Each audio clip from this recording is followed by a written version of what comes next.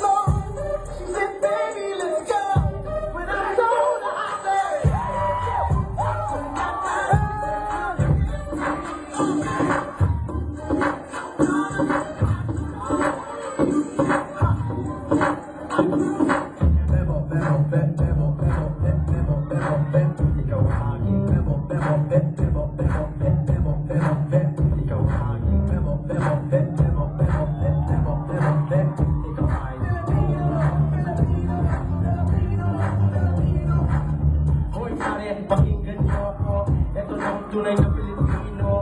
Galing sa baryo sa pambato, pumunta ng LA, nagtrabaho para makatulong sa nanay.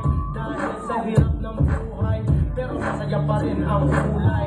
Pag kumain, nagkakamay, yung kanin, chicken adobo, yung galon binibenta sa kanin.